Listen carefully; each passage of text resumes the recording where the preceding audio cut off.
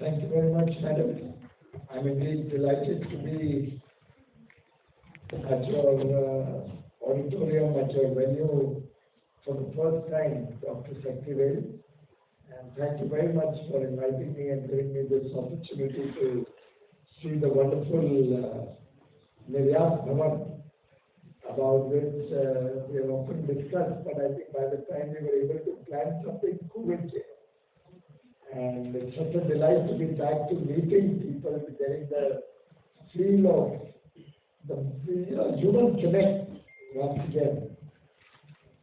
And I compliment you and your entire team for the wonderful work you have done. Ajay, you've been an institution, and thank you very much for all the good work and the leadership you have given to the export community and to the entire country, even during the tough COVID times, and they continue to do so for decades now. My colleagues, Mr. S. Kishore, Mr. Amit Yadav, Mr. Amritlal Meena, I have several colleagues who are also present here off the dais, all the distinguished leaders and captains of industry who have joined us today physically or virtually, friends from the media, ladies and gentlemen. Indeed delighted to be a part of this program, even though it's the conclusion of the Vanijya Saptah, but a very pleasant and a very delightful conclusion. The success of the Vanijya Saptah has truly been outstanding and far beyond what I had originally envisaged would be possible to do in a short period of time. I'd like to congratulate all the stakeholders who have been a part of Vanijya Saptah, both in the Government of India, at the state governments level, at the district administrations level, all our various EPCs and industry participants. A big thank you to make the Vanijya Saptah a success. I'm beginning to understand that the enthusiasm was so much that we've had over 700 physical and virtual events during this short period. And some of them were very large events, even at the district level. Some very large events were held. I saw a number of chief ministers themselves participating in these events.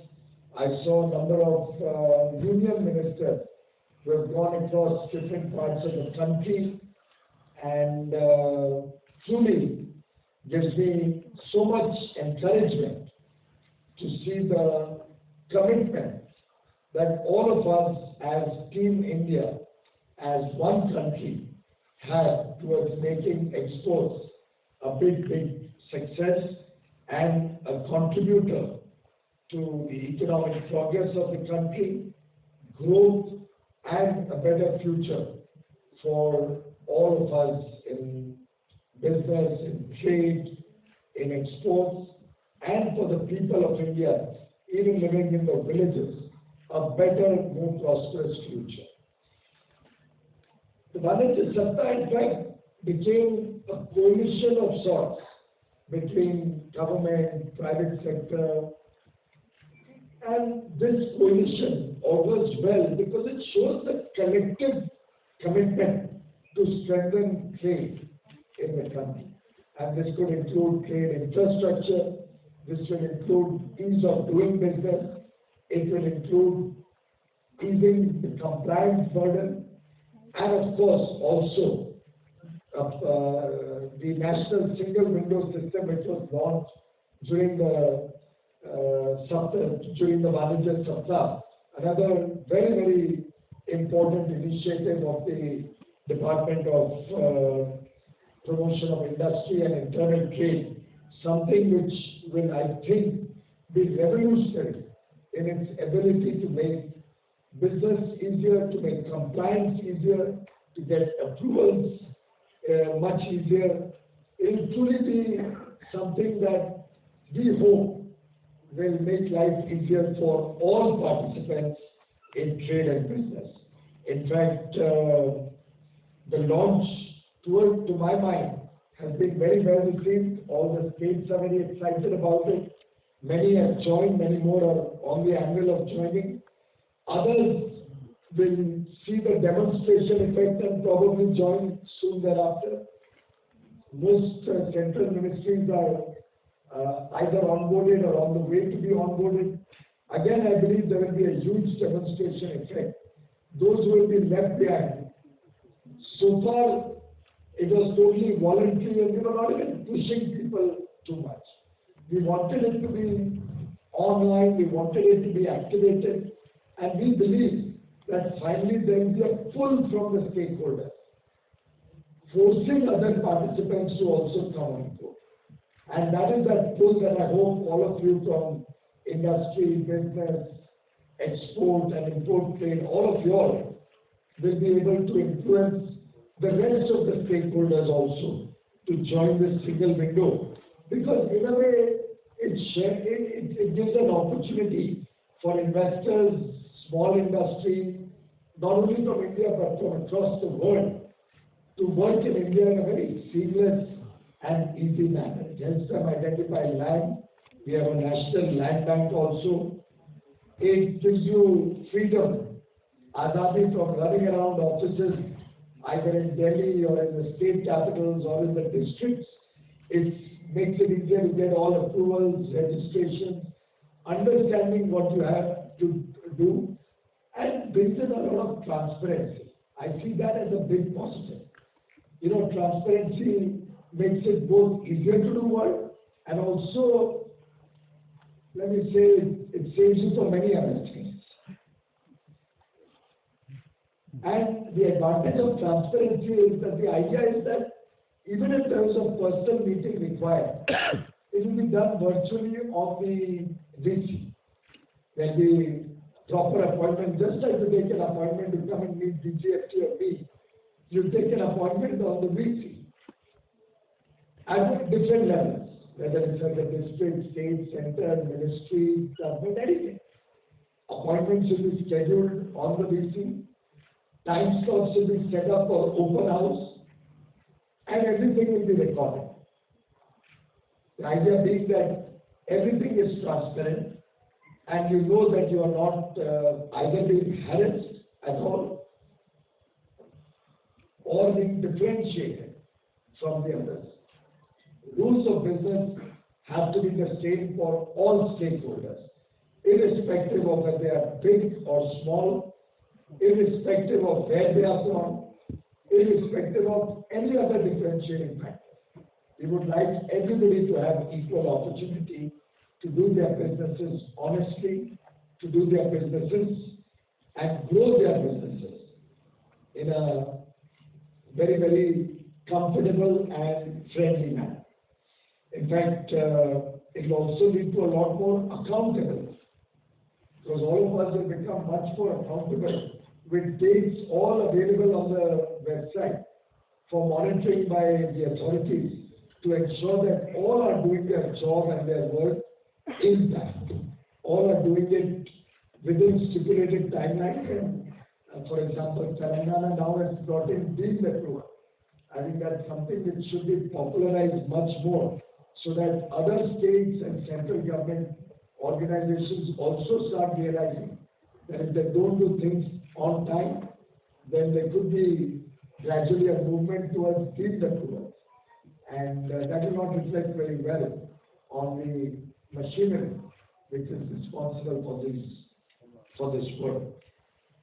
In fact, I like the idea that our colleague from Madhya Pradesh came about data sharing. I've already been talking about it in the ministry. Mr. Yadav, the DGFT, tells me that they are already in dialogue with the Department of Revenue and with the DGCIS to see how we can anonymize data so that any private information is not coming out. For example, pricing or the name of the exporter or manufacturer. I think we'll have to just ensure that whatever data is private does not come out, but anonymized, aggregated data should be available to encourage other people who want to come into that line of business. to encourage states to promote certain businesses that they will find are having potential in the world. And such data will help businesses also to set up industry or manufacturing in India and provide for world markets wherever they can see there is a potential market and India is competitive to be able to meet that market. I think the Vanija Saptah has given us an opportunity also to showcase one district, the district as an export hub. We had of course started with one district, one product, but now many districts have come forward and said we have more than one product, which distinguishes our district from the others. So there we have competitive strength and we are being liberal about it. So I was just seeing the Vanija Saptah book that has been taken out today, which is the compendium of states and union territories export brochures. I see on many districts that there are more than one product, which is welcome. As long as you give a thrust to all of them. The idea behind this one district, one product was a focused approach, a thrust being given to promote those products. But truly it feels so nice to see that almost every district, 739 districts, have all identified export products. And almost all the states have come out now with their export brochures and their plans to promote export. It's truly very encouraging for us also to see this kind of a support from the states. And to those of the states who are present here, those of you who are on the VCA, I'd like to really thank all of you for your active participation, for the various suggestions that you've been giving us from time to time, including today. And all of this, ladies and gentlemen, is reflecting India as an emerging economic power. All of this is showing the world the true potential that we have in India. And it emphasizes also a thrust towards Atmanirbhar Bharat. After all, I've said it on more than one occasion, that when we talk about Atmanirbhar Bharat, it's not as if we are closing our doors to international engagement. We are in fact opening them wider. Wherever we have a competitive or comparative advantage, we should try and have a greater role to play in international trade. Why should our contribution to world demand be 1%, 2%, 3%? We should be now looking at double-digit role for different products for India, wherever we are competitive. Maybe once reaching double-digit, we look at even greater export capabilities and production in India for those products where we have a strong case for exports. And then there may be some products where it's uneconomic or unviable, or we may not have raw materials in India, where even if we have to import, we may be able to live with it as long as we can move towards balanced trade and get out of these trade deficits to trade surpluses. So that's the overall sense of Atmanirbhar Bharat. Whatever we can do it the best. Be big in scale, engage with the world in a bigger way. Whatever you think is better imported, it's more in the interest of the country to import. And then of course there are certain products where we have no choice but to import. So collectively, we have to look at our import basket and the imported role that also plays in the overall scheme of things. After all, Gems Jewelry survives on imports. Our entire Indian manufacturing ecosystem and our exports survive on the imports. So it's not as if we are closing India's doors. We want greater engagement, greater degree of manufacturing, get quality into the country, focus on productivity, focus on economies of scale, so that we can truly become competitive and a world player. Not a player at the margins. We are not looking at incremental growth of our international trade in the future. We are looking at transformative strides, the big leap towards positioning India as a global player. And therefore, I think events such as Vanijya Saptah are very important. They have great messaging to the people, great messaging to trade and industry. It helps showcase India, promote India, and I hope it will also encourage more startups who will look at business opportunities, and startups at the district level also will start knowing where the opportunities are, and that is where the data sharing can also play an important role to encourage more startups to come up. I think the exporters conclave that has been held in a way has created a great degree of awareness about the actual ability of different districts and where the gaps are. So gradually this gap analysis will help state and the center to fill in those gaps. In a way, what we launched today, the FIO Ease of Logistics portal, is a gap that was felt, or rather, which became very serious in the last 4 to 6 months. And FIO responded quickly with this portal, which I hope will make it much easier to manage your logistics, bring in transparency. In one of my interactions, I was told that shipping companies or clearing agents in exchange rate charge very phenomenal prices, causing a loss to our exporters in the shipment costs. I've asked BPFT to talk to the shipping ministry and see if they can have a predetermined rate, something like a customs rate, which could be used by all the stakeholders in the value chain of exports, so that will be the rate that will be charged to anybody who's using shipping lines or paying for freight or clearing charges in foreign exchange. I think these small steps, in one of my interactions with exporters, I was told banks also, and in fact I'm aware that the smaller exporters are not given as good an exchange rate as the larger exporters. So I have requested the State Bank Deputy MD who was there in the program to talk within the IBA and come up with a fair rate. I said, don't try to make money out of these small pockets, but try to give these small MSME exporters a fair deal and a fair rate, which should be uniformly applied across the banking system and publicized, or be a reference rate which everybody knows. So I think we are on our own learning a lot. My own travels actually started on the 17th, much before the Vanijya Saptah, because we are also doing Seva or Samarpan Karikram as a part of our celebrating Honorable Prime Minister's birthday, which was there on 17th September, right up to the 7th of October, when Prime Minister completes 20 years of uninterrupted service to the nation. As the head of a democratically elected government, first as Chief Minister in Gujarat, elected by the people of Gujarat, and then last 7.5 years as the Prime Minister of India, elected by the people from across India. 20 years of uninterrupted service, and many of you may be aware, he has not taken a single day off. He is on the job 24/7.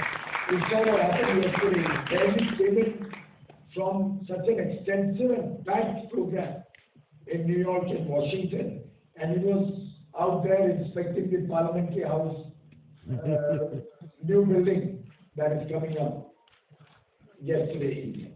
So it's a relentless journey to serve the nation that we are celebrating in this period 17th September to 7th October.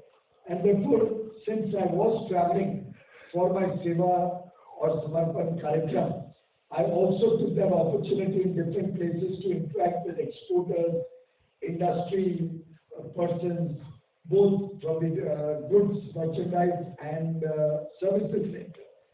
So I've covered, I think, 5 or 6 states now: Surat, Gujarat, then Bengaluru, Karnataka, Uttar Pradesh program in Delhi when we launched the single window system, then went to Jammu Kashmir, and Mumbai in between, my own home city of Mumbai.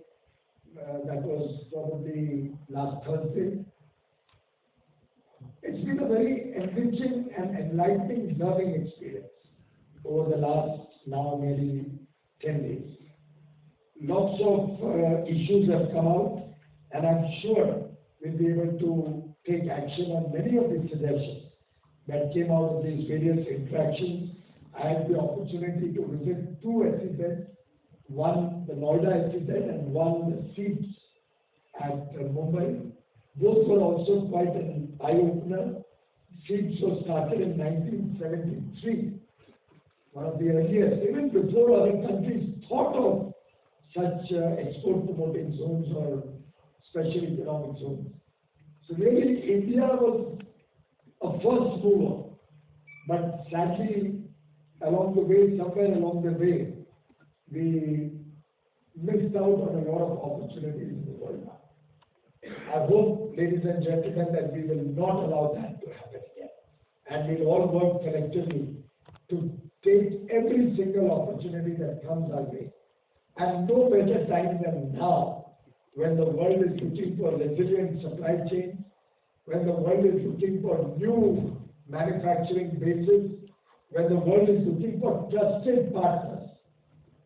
And they know that in India, under the leadership of Prime Minister Narendra Modi, India offers a trusted partner's commitment for fair play, transparency, honest business, and a competitive environment to make in India for the world, as well as to engage with the world in providing goods and services in a much, much bigger way. So, ladies and gentlemen, a lot of good work is happening in the country, across the country. We have, of course, a lot more to do. We assure you that all the various suggestions that you come up with are taken very seriously. I like the idea that our friend from Rajasthan gave us, the Mission Niryat Bano, handholding to the first consignment issue. So brilliant idea. Please compliment your team for the work they have done. And ladies and gentlemen, I'd like to share with you that the Prime Minister, in many of our internal meetings, engagements, always guides us that talk to different stakeholders, you learn a lot. And what you learn from anywhere, it could be in India, it could be anywhere in the world, pick up the best practices and help others emulate those best practices. So our approach of government is very participatory. It's from Jan Bhagiyadari. When we engage with each other and learn from each other's experiences, we can truly transform this nation much faster. And I can assure you, it's irrespective of who the other person is. It may be learning from a not too friendly country also. It may be learning from a business rival. It could be any learners. Wherever we can get the best practices, we must try and emulate them, learn from them. And I would urge all the states, please showcase us your best practices. Please help us share your best practices with the rest of the country. Other day, Agriculture Minister and I did that on how a land bank should be created and data on agricultural produce should be captured to bring more accuracy. And we took the model from Karnataka, and the Karnataka officials presented it to all the states in the country. So we should look at the best practices. Maybe CEO and our EPCs can help us compile the best practices that will also be then showcased to the rest of the country.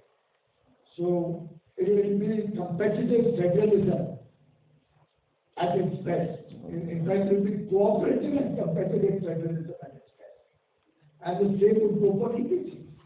If some EPCs have some good practices, the others should emulate. In industry, if you have some good practices, please guide us. We are happy to encourage more people so that the country progresses. And when the country progresses, all of you will progress. And when all of you progress, we'll be able to ensure that prosperity reaches the last rank at the bottom of the pyramid. And that should be the collective endeavor of all of us in this room. Many of these speakers also spoke about institutionalizing Vadivya Sapta. I think that's something we'll work with various states and official governments. See that if everybody is willing, I think it's a brilliant idea. We can have this kind of a conclave across the nation for a week, for 10 days every year, and try and institutionalize this as a way to have a major outreach, as well as experience sharing, and a motivational week in which we set high targets and encourage all stakeholders from government and industry to come together to achieve those high targets. We will also possibly integrate it with the beginning of the year, or something like that in April, May, so that we can do target setting with wider participation and consultation. So various models could be possible, or you could split it into two, one at the beginning and one sometime in October or November as a midterm review to see how we have fared in the first half. By the way, I must compliment all of you also for exceeding my expectations in the first half of this year in terms of exports. I have the latest figure up to 21st of September, and we have crossed 185 billion as on 21st of September. Now we are all aware that the first half is usually lower than the second half. I think we are all very, very familiar with that. We also have the rains in the first half, plus the fatigue after the March target meeting, and we always see April, May are holiday months, you see a little slowness, then you realize that you have rains coming in different parts of the country. This year we also had COVID, second wave, and a very, very serious second wave. All through April, May, running through June, and in some states, even now we have concerns, at least in one state. Despite all of that, you have really done exceedingly well in your export achievement. And through you, I would like to compliment the entire exporting community and governments right up to the district level for this excellent work that you have done. I'm glad that Delhi acknowledged how they found this program to be useful for learning a lot more about what needs to be done to encourage exports, how districts can participate, how much of a role state governments have. My compliments to my colleagues from Delhi who spoke for the good work they've done, and I would like all states to take this up with the same seriousness that Uttar Pradesh, for example, took it, or Andhra Pradesh, Telangana, Gujarat. We saw some wonderful response from different states. I think we need to see this pan-India, so that everybody becomes a participant, and we can then look for achieving the $1 trillion in merchandise exports and $1 trillion in service exports, which is truly, I think, possible and should be a collective aim to achieve. I have not yet set a deadline or a timeline to it. I want that timeline to come with greater engagement and participation of the state, EPCs and industry, and we are still working with all the stakeholders to come up with a roadmap to go up to $2 trillion of exports in goods and services. Ladies and gentlemen, investment is another very important aspect of Commerce and Industry, you are all aware last 7 years has seen every year setting a record of FDI for 7 years in a row. Current year, we hope to continue that same trend. The world is looking at India as a preferred and favored investment destination.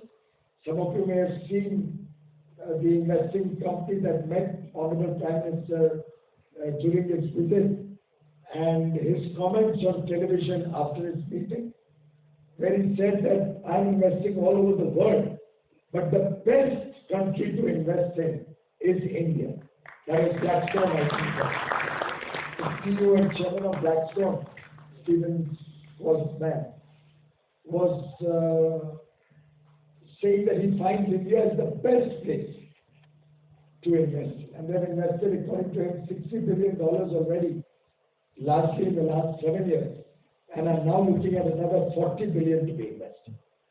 That's the appetite for our industry and our startups, and I do hope we will all look at expansion plans and growth in the light of this excitement that companies around the world have to invest in India.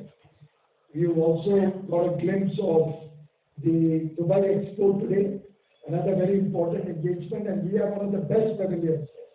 We have a strategic location, large piece of land, and we've actually done a review for this, and to make it a good show, almost every week, and more often than not at my level, every week. Mr. Kishore is the commissioner for the Dubai Expo in charge of it. Compliments to you, Mr. Kishore, for the outstanding work that you and your entire team have done. I would urge those states or those companies who have not yet joined or are not yet participating in it, don't lose this opportunity, because there will be millions of visitors coming from across the world, and usually they are business persons who come to the expo. So it is a great place to showcase your capabilities, your products, your company, your state, and expand your activities going forward.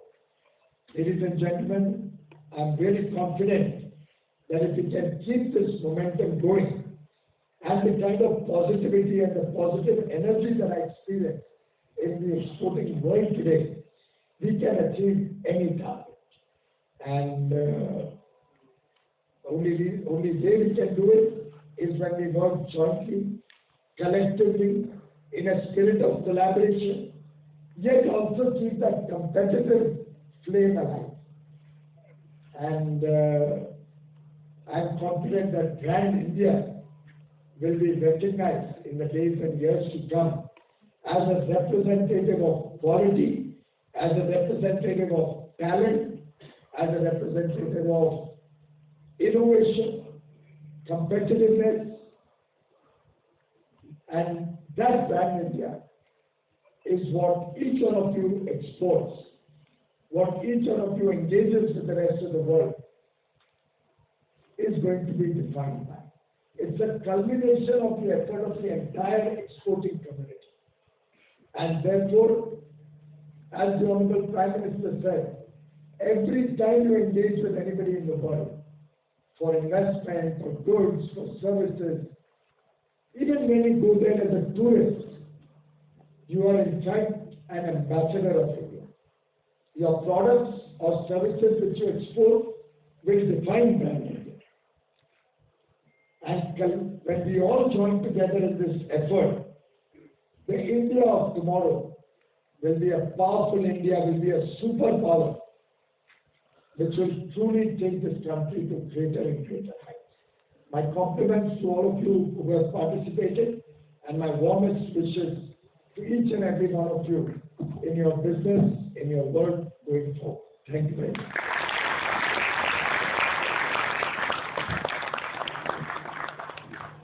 Thank you very much, sir, for your insightful and encouraging words and your faith in the exporting fraternity. I request Padma Shri Dr. A. Shakti Well, President FIO, to kindly present green planters to the Honorable Commerce Minister and the dignitaries on the dais as a token of thanks from FIO.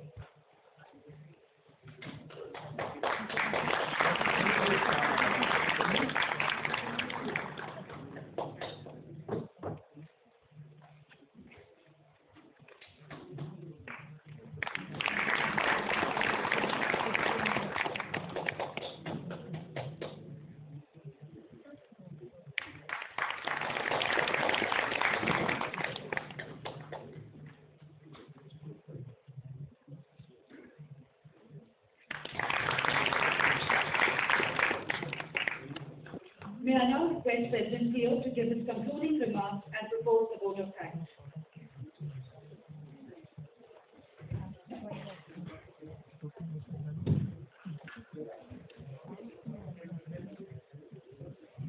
Most respected, most positive, very proactive, our beloved Honorable Commerce and Industry, Consumer Affairs, Public Distribution and Textile Minister, Sri Piyush Goyal. Special Secretary, DGFT, Additional Secretary, other senior officers from the central and state government, Chairman of Export Promotion Council and other associations, exporters and entrepreneurs. Good evening, ladies and gentlemen.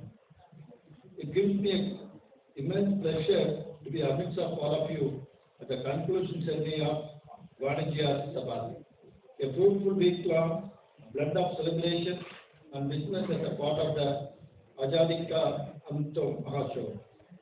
We are thankful to the Honorable Minister for choosing PO for this momentous occasion. This is also Honorable Commerce and Industry Minister first to visit to the Federation, as the academic has put restriction on physical interaction for a very long time. However, we salute the Honorable Minister who has constantly engaged us through a spiritual meeting, not only to keep us motivated, but do the mid-course correction to take export out of the choppy waters and put it the track to move towards the milestone of 400 billion. Sir, the number of interactions which you have with the exporters and export organizations throughout the length and breadth of the country, you tenure about 2 years, 2 years and 3 months. So definitely put you in the Guinness Book of Record for any common Sir, we have no words to express our thanks to you for releasing funds over 56,000 crores for all the pending claims of the exporters, both in respect of the schemes which are over and those which are continuing. The release of road tax rates for 8,500 products with effect from 1st January 2020 will not only have the liquidity, but at the same time it will provide a stability to the scheme. We have also brought the ROCCL scheme for the apparel made-up, which will help the sector to compete effectively with our competitors and achieve the desired target. Sir, the district export hub is going to be the game changer and transform the Indian export by enabling artisans, farmers, women entrepreneurs and small business to join the existing field of export. As suggested by the Honorable Prime Minister of India in his address to the exporters on 6th of August 2021. I am very happy to share that the entire mood of the country subsequent to the Honorable Prime Minister's address has become supportive of exports, not by agencies in India, but also by the Indian embassies abroad. We thank you from the bottom of our heart for taking this initiative. The PLI scheme is going to make the Indian manufacturing extremely competitive in critical technologies as well as in some of the traditional sectors. Some people feel that PLI scheme is only for the large companies looking into the investment criteria, but we feel that this will help MSME as with the increasing localization. As a condition of the PLI scheme, we foresee emerging hubs and spoke models in such sectors. Sir, the Vanijya Sabha has been roaring success as per the feedback received by us. It has energized the exporters and entrepreneurs at the district and sub-district level. Export Promotion Council and Export Organization have played a very important role in its success. It also helps export organization to touch base with the local entrepreneurs, understand the problem, flag them, and provide the necessary handholding. This kind of bottom-up approach will help the export sector to show exponential growth on a year-on-year basis. Sir, we are assured $400 billion target and now aiming towards $1 billion mark. You being at the helm of affairs, always keen to resolve the problem, maintains on the spot itself. Keeps us assured that if we maintain our enthusiasm, we will definitely reach the stage maybe before stagnated years. A large part of success of Vanilla Sabta also goes to DTFC, who methodically planned the event both at the state level and the district level, where field officers are coordinated exceedingly well, both with the district authorities as well as the Export Promotion Council and local associations. I would also thank the Kishore, who has just been promoted as a Special Secretary to the Government of India and leaving no stone unturned for the success of Dubai Expo 2020. The National Pavilion set up by India is an eye-opener, and I urge all the exporters to visit it and view it from the close quarters. Our thanks to the Additional Secretary and the Logistics Division, it is constantly engaging with exporters and service providers to address the supply side of constraints, particularly the container shortage, lack of space, high freight charges, and various other issues affecting the turnaround time. I am sure the new logistic policy will address all these issues effectively to track the competitiveness to manufacturing and export. Sir, we request you kindly consider to provide freight subsidy to all exporters for a limited period, probably till March 2022.